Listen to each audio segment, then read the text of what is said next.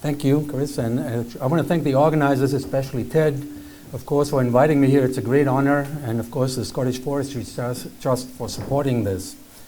So just for way of introduction, I should point out, I grew up in Germany in as traditional even-aged forest management as you can imagine. 92.7% of my family property was Norway spruce, even-aged, planted straight on that.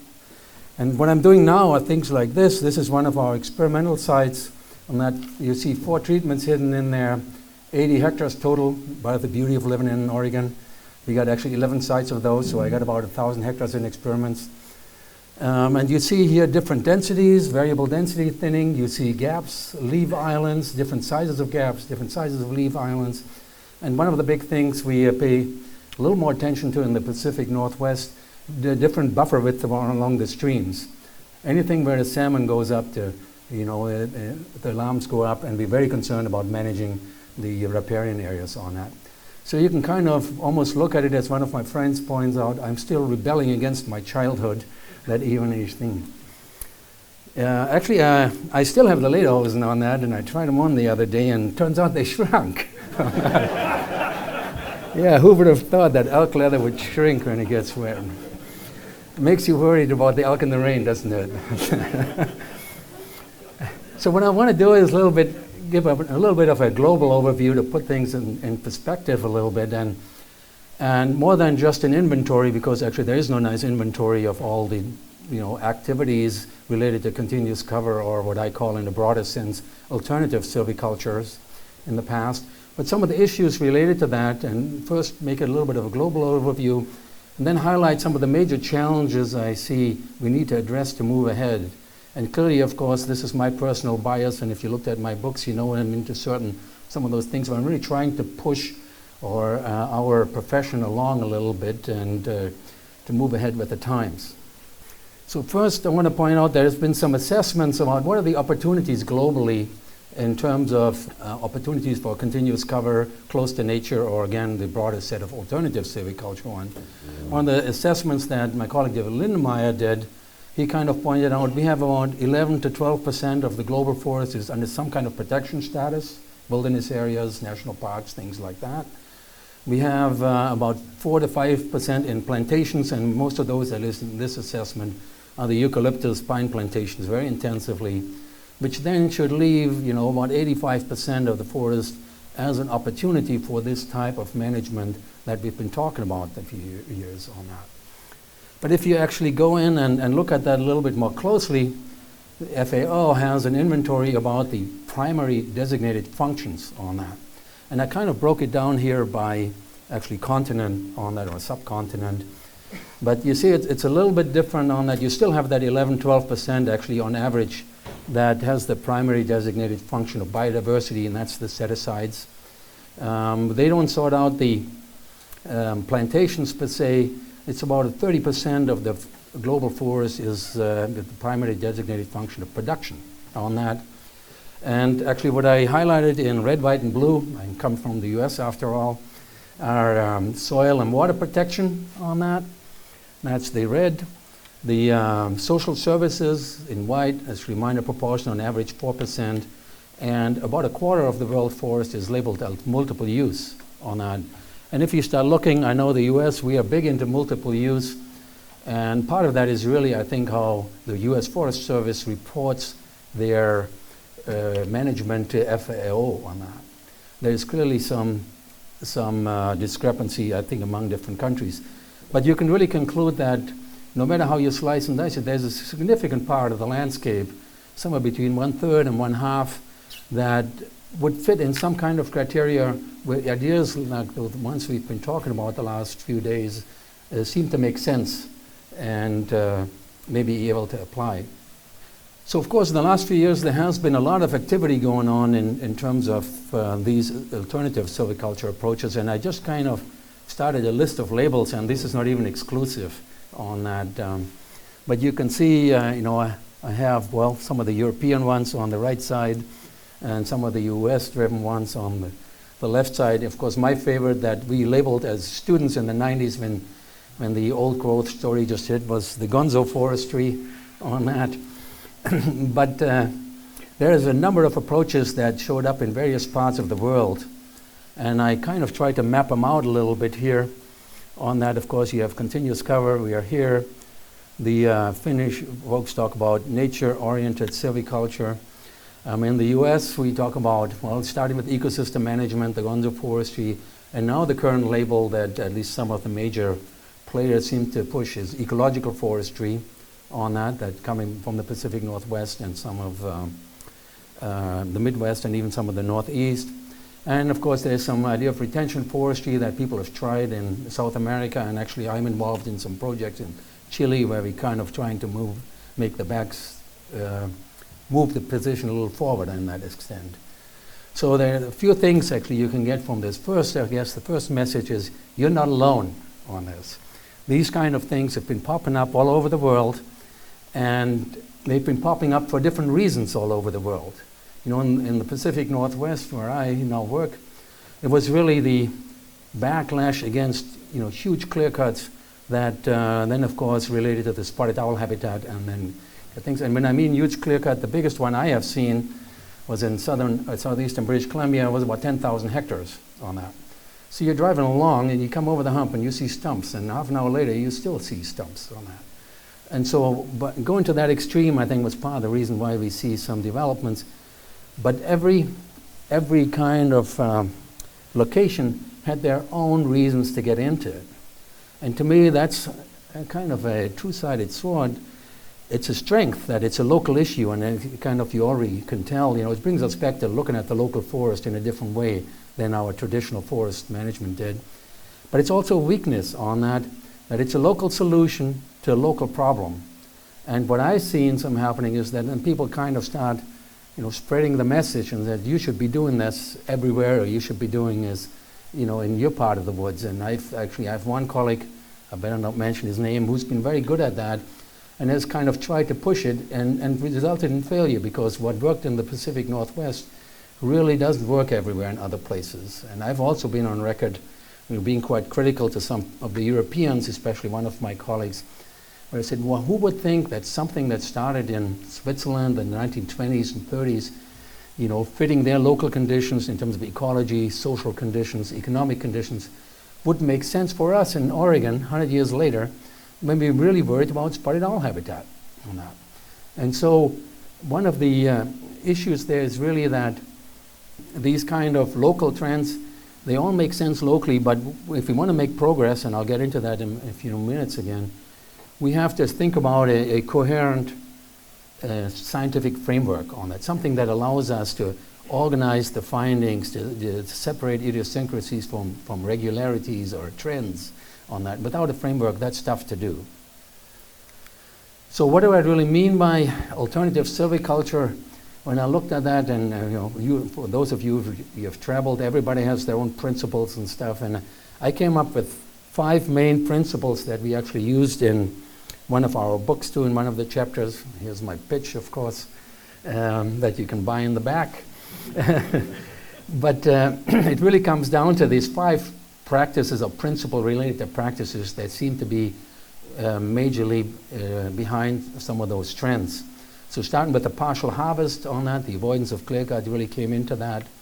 And the idea that there is real value in small-scale variability on that, so no homogeneous stand conditions. And then the avoidance of intensive operations, you know, the intensive site preparations, intensive herbicide application, certainly that's a big issue in the US. And that related to that is, of course, the heavy emphasis on natural regeneration, even though I guess I've seen good examples today where we're not stuck with that per se. And then, of course, the emphasis on site-adapted and mixed species on that. And so what I want to go through now is actually some kind of assessment that, as I listened to the last few days, is almost outdated, because you've brought up a lot of the issues. And thinking for all the good that CCF or the alternative silvicultural practices can do, and we've heard that actually starting from the first morning talk on here, why isn't it everywhere? If it's so good, why is not everybody using it?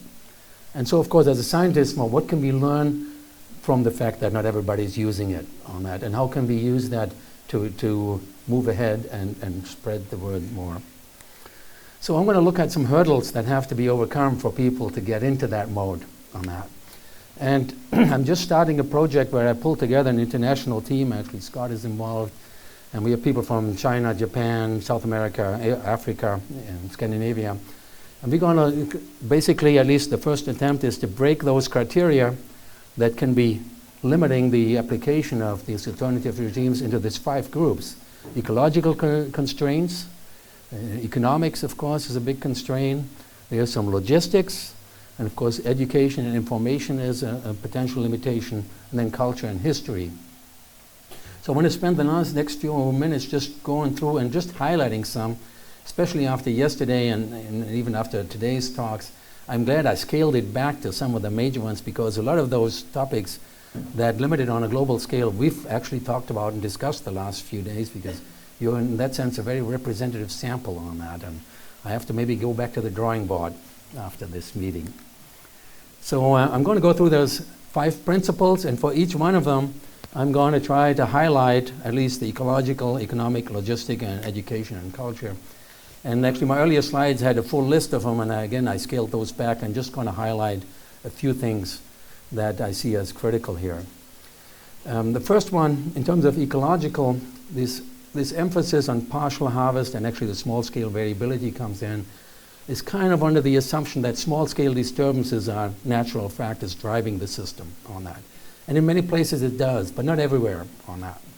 2002, we had a 200,000 hectare fire in Oregon on that. So, you know, in British Columbia, they had the mountain pine beetle killed 10 million hectares of lodgepole pine. So we have to think about it. It makes sense at a stand level to think in those terms, small-scale disturbances.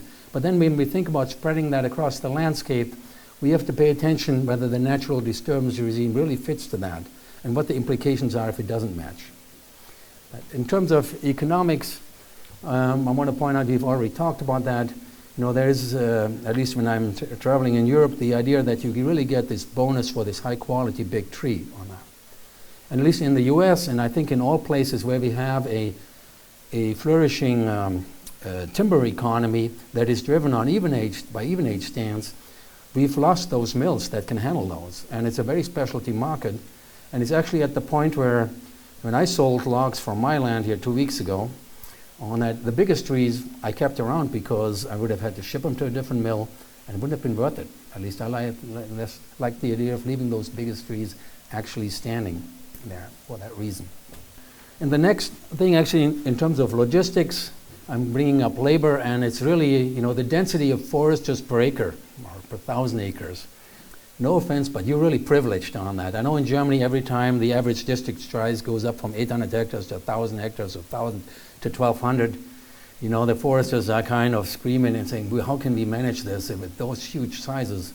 Now think about a US forester who's got 50,000 hectares to deal with on that. So the idea of how closely you can manage a stand and how you can set up prescriptions on that can be implemented by the loggers on that in a way efficiently. Some of that we can contract out marking, but even that needs to be efficient when you deal with those big scales. So this labor story is a real limiting factor for a lot of them. And of course, we kind of heard that already a little bit in Ireland, the stigma. There's really some imprinting. I know after the storms 1990 and the Black Forest, I went and visited several of my friends that have a job there. And it was clear the foresters that hadn't cleared the storm up and replanted it within a year, they were slackers. They didn't have their act together, right? On that. They went with a natural trend and letting the birch come in and stuff. So there are stigmas like that that really keep things from being adapted and adopted. In terms of small-scale variability, there are some ecological things. You know, you already mentioned some of the fire ladder. Of course, in a big portion of the US, Australia, that's a real issue on that. The structures we think as desirable under these types of management are the ideal fire ladders on that. Even though I kind of see the recent findings in the fire ecology seem to emphasize more for large-scale fires, it's that continuous crown cover that gets those fires to be big. Those fire ladders will lead to crowning out, but then they can't jump to the next group on that. So there's maybe still some sorting out how those kind of things come into play. But we have like some of the mistletoe, you know, the big trees infect the little trees, and the whole idea of small-scale variability there gets into the way of that a little bit. So when I talked to several landowners, including actually the family that donated the money for my endowed professorship, they're really interested in applying these alternatives. But one of the first things that comes up, what does it mean for wood quality on that? Cutting single trees means growing single trees, and especially Douglas fir. Even an 80-year-old tree will start putting the crown out on that, and the wood quality is the major concern. And actually, we're going to have a person this fall going into our sites and some of those, and with a ground-based LiDAR, you're going to get some really nice assessment about what these openings do and partial openings do to the crown development on that. I kind of highlighted in the culture point the idea of a stand. I don't know if you've looked at my book and various other readings. The idea that we organize our world by different stands, to me, is a real hindrance in this too. So stands have to be, well, by definition, they are homogeneous. At least that's what the SAF definition tells us. They are planning units, so we have to come up with a plan for a stand. And again, they don't lend themselves, to me, very well to these kind of management approaches.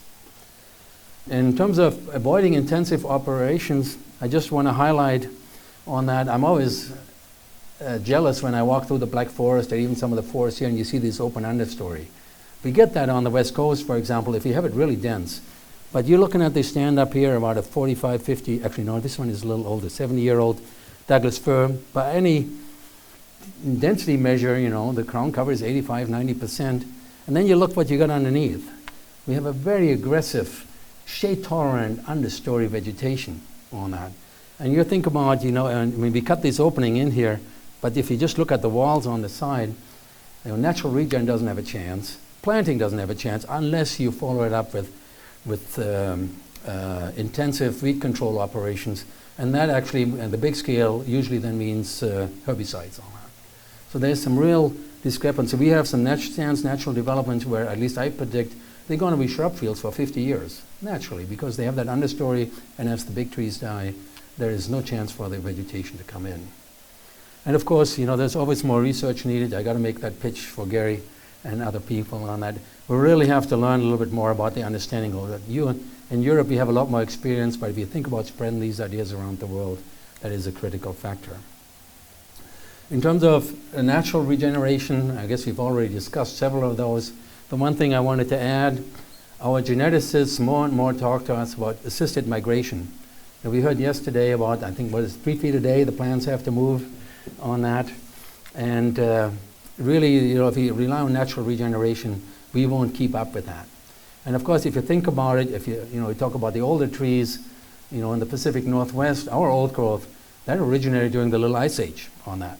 So those trees that put out the seed are already way off scale in terms of the temperature regimes. And now we're setting them up in terms of their offsprings for the future.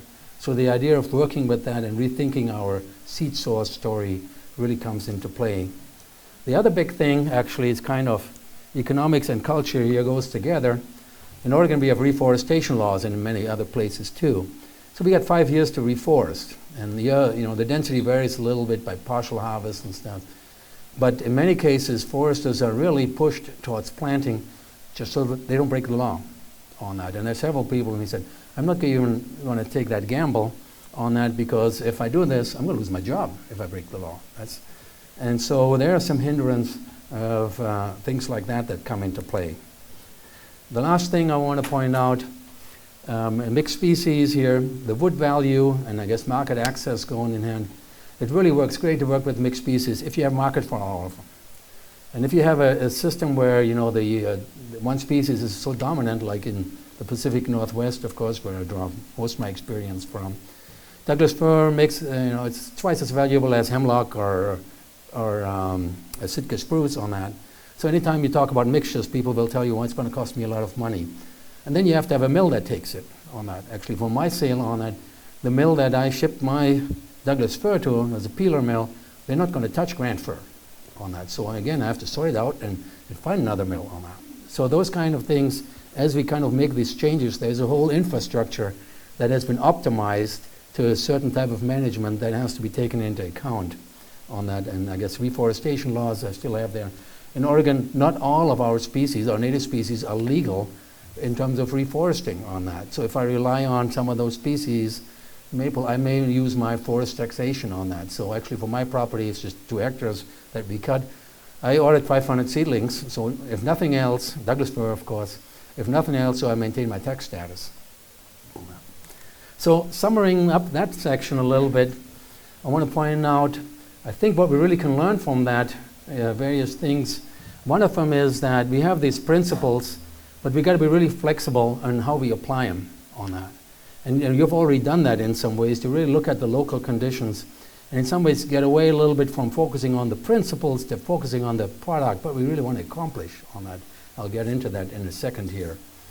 But that to me is one of the key things. I think you're a lot more flexible here, but if I go to Germany, any forest districts, you're either one or the other. There is no having part of your forest in one versus the other. It's more like a religion, I guess, in some ways. But the second thing I want to point out, I already highlighted that the standard forestry operation has been driven by the efficiency paradigm, Adam Smith, and being efficient in producing a product, which means being homogeneous and things like that. And we don't have an alternative for that.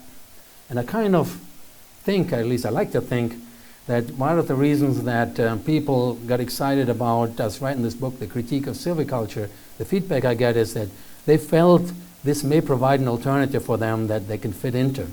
And that's really, I think, going to be the gist of my, 10 years left in my job, is to see whether we can kind of set the basis to come up with a scientific, coherent framework that we can tie those things together. And so we're not called alternative anymore, but we have a value in our own right. So the next few minutes I want to kind of spend talking about major challenges that we need to tackle. So I'm shifting gears a little bit on that, and 2 of them actually, the idea of global change, and then one of my shticks, of course, is the idea of adaptive capacity, and then actually that whether we like it or not, we'll get increased pressure on the natural resources. The population is going to double in 50 years, consumption is going up, and whether we like it or not, we have to reassess the whole idea of multiple use, multiple values, and I'll throw out some ideas how that comes into play. So let's step back and think, what kind of goal are we really interested in terms of management on that? And actually, I should point out, this ball is not inside. I know 1966 they would have called that, but that wasn't fair, or that. And then Gottfried Dienst, the ref there at the time, I still am mad at him, as you can tell. But we got to step back and think about what's the goal. And again, I kind of see that a lot of times foresters are worried about stand structure and things like that. And we really think about our goal is that sustainable provision of the broadest set of ecosystem goods and services. And that's really where sustainability and stability comes into play. We want clean water every year. We want jobs every year. We want a habitat that is there every year and doesn't go through cycles. That's where we want stability on that, or sustainability. And we can get that 2 different ways. We can get that through robustness and stability on that, or we can get there through a system that changes and morphs on that. And I would claim, I know Gary kind of set the stage very nicely, we've spent a lot of time talking about resistance and resilience on that. And that's great, and that makes sense, but we've also learned that stability is the exception rather than the rule in ecosystems on that ecosystems are constantly in flux. And I would venture money and take any bet that in the future we have more change, more unpredictability, more variation. So to me, actually for my career, I've pushed very hard. We got to start thinking more and more about adaptability on that and how we bring that into management systems and manage for adaptive capacity of ecosystems on that. And so I'll highlight just a few ideas, and I know these are out there, and they're supposed to be out there, I guess. I want to stretch you a little bit. First, when we talk about adaptive capacity, we got to think about the whole system. I know yesterday there was some talk, we focused maybe a little much on timber. To me, we focus a little much on trees on that. Of course, trees have to grow, but there is a lot more to the forest ecosystem than that. And so we want to step back and look at that, and then start thinking, how do systems adapt? Not trees, but the whole system. And you can see they adapt at various organizational levels. So you have it at the genome level, and that's the idea of evolution. We've heard about that yesterday, and that's gotten the attention. But there are lots of other levels how systems adapt as well. You can see from populations, animals that change their birth and death rates and things like that. We have organisms that will change their behavior based on the environment and changes. And of course, it goes to the biota level, where we have migration of species, extinction of species. And all of those will happen simultaneously, and of course, to make things worse, or maybe better, they all interact. So what happens at one level will influence how a system responds at another level. And this is the kind of stuff we need to just thinking about getting our head around, at least maybe not that much for you as a manager, but certainly for us as a scientist, if we want to think about concepts. And that's, to me, is where one of the idea of complex adaptive systems comes into play. That will help us kind of, think these things through. So you got to stick with me on this slide on that. This is kind of looking at the organism level. I'm just going to take things apart a little bit more and go a little bit more in depth and think about what strategies can the system use to adapt to changing conditions when we know we have a variable environment. So on the x-axis you have a range of uncertainty. So on the left, very certain conditions. And on the right axis here you have, I guess maybe I stick with generation time. So a short generation turnover versus trees, that would be a long turnover in generation. And if you start thinking about what strategies make sense, the first one from left to right, you can see if you have certainty, you can have directed changes or adaptations on that. If you know it gets drier, we can, and the system does account for that by moving it towards drought-tolerant species. The more uncertain it gets, the less successful that strategy is. And so if you go to highly uncertainty, we're looking at random patterns where you really should, take that shotgun, shoot out there and hope one pellet hits what you're going after on that in some ways. So on the other axis, you kind of can look at it this way. If there is a short turnover time, the individuals will respond and will change and adapt. But if you have long turnover times, you really want to take that investment and carry it to the next generation on that and inherit it. So the bottom it's basically not inherited, and the top one would be inherited. And I'm just going to highlight 3 strategies that kind of fit into these boxes. I'm simplifying a little bit. But if you look at fairly uncertain conditions, at short generation times, one of the factors I've seen is, and we've already heard that yesterday, some of those plants are able to sense, I'm going to rush here on that, sense the neighbors through the far-red ratio of light and adapt accordingly. When we look at somatic evolution, those are things like RAPs, depending on the nutrient status, we'll see actually a different mutation patterns going on. If I look at inheritance stuff, the idea of bed hedging, or actually hyper mutations, if you have a range of timing of seed dispersal, some of those seeds are going to make it, other ones are not. So all these strategies are going on at the same time, and this is just one layer of that organizational layer. That's the kind of stuff I think we need to start thinking about as we develop it further. And the challenge really is how to integrate that into active management, this idea of adaptability, taking these concepts and making them work that a forester can go out and apply it on that. And we've developed some exercises that I use in workshops that I give around this topic, but clearly there's a lot of work to be done, I think, to bring those into play. The second part, challenge I wanted to point out is the idea of multiple use, multiple values. And it seems like there are 2 kind of patterns. Seems like a lot of the closed continuous cover forestry and the alternatives focus on multiple values within a single stand. The other extreme, of course, is you segregate the uses in different stands, as you can see here. And this place from Poland where you have different purposes highlighted by different colors on that. And of course, the solution is somewhere in the middle on that. And one of the ways I think why we can reassess our idea of multiple use again is through bringing in scales. And again, this is one of those concepts that I got into because of this complex systems theory that seems to be messing with my mind.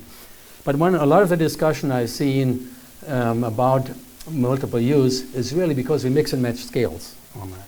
And we got to kind of think about that. I kind of tried to align different uses of forest at different scales, of course. Species conservation, you don't assess that at the stand level. It's really a landscape level that species stick around. In terms of efficient production, we usually do assess that at the stand level on that in our models and stuff.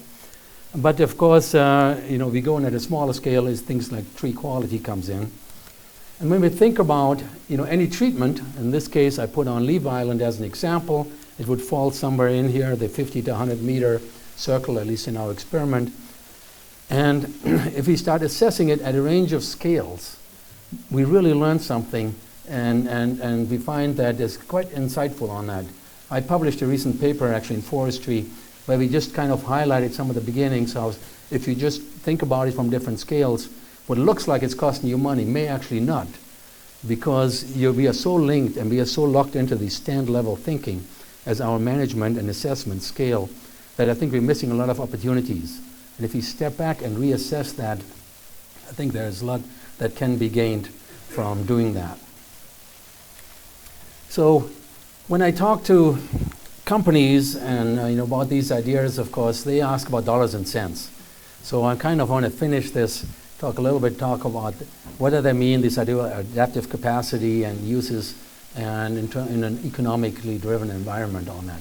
And these are companies that have quarterly shareholders meetings. So if you think about long term is maximum a quarter of a year on that. And actually some of their investment trusts, they even plan when they buy a piece of property for a 5 to 8 year turnover on that. So you're looking really short term thinking. So if you think about how important is adaptive capacity, well, it's a function of uncertainty and variability. If I have perfect certainty, I don't need adaptive capacity. And adaptive capacity will come at a cost. There's some trade-offs involved with that. So what you see is really I kind of highlight the cost of the blue line, the traditional forestry management. On that, you can see you have higher income than if you worry about adaptive capacity. If things are predictable, the more unpredictable things get, the more you'll suffer losses because you just can't plan and adjust for that. And the alternative would be to have management approaches that directly bring the adaptive capacity into play, and maybe you can look at CCF as one of those opportunities in some fashion. It certainly is. And there may be a cost associated to that, but then again, in a highly variable environment, you actually may be better off having set up the system to be able to respond to these changes and in a way that you don't have to come in and fix it on that. If the climate changes, you don't have to come in and spray, plant, or kill bugs. You've set it up in a way to work out quite nicely. And so what really companies, they think in terms of cost and profit or cost and asset. And one of the big things with players in there is at what stage in terms of increased uncertainty and variability is flexibility a cost? This is what companies tell me today. You want me to plant 2 species on that? Well, that costs me more money on that.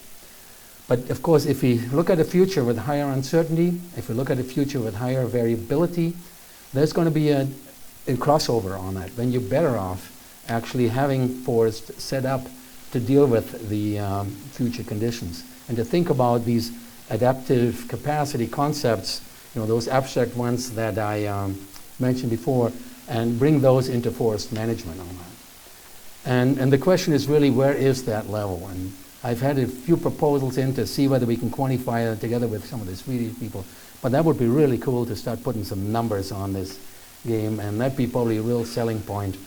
Of course, where that line crosses is a matter of scale, so you have to look at spatial scales and things like that, organizational scales as well. So when I kind of want to wrap up now and kind of highlight some of the summary of this, first I should say it's a real fun time to be in silviculture and in forestry on that. I have to admit, in the last 25 years, more things have happened than the last 50 years before. No offense to the people that have worked 50 years before. But I know when I interviewed for a job in Oregon, one of my traditional colleagues basically, when they pushed me on it, and I said, no, my career goal is not to make sure I can grow 2 more inches of Douglas fir in the first 3 years on that. That was good, and we've learned how to do that. But to me, that's not interestingly enough to stay in business. But what has happened the last few years, that's really, to me, exciting on that. Things are changing.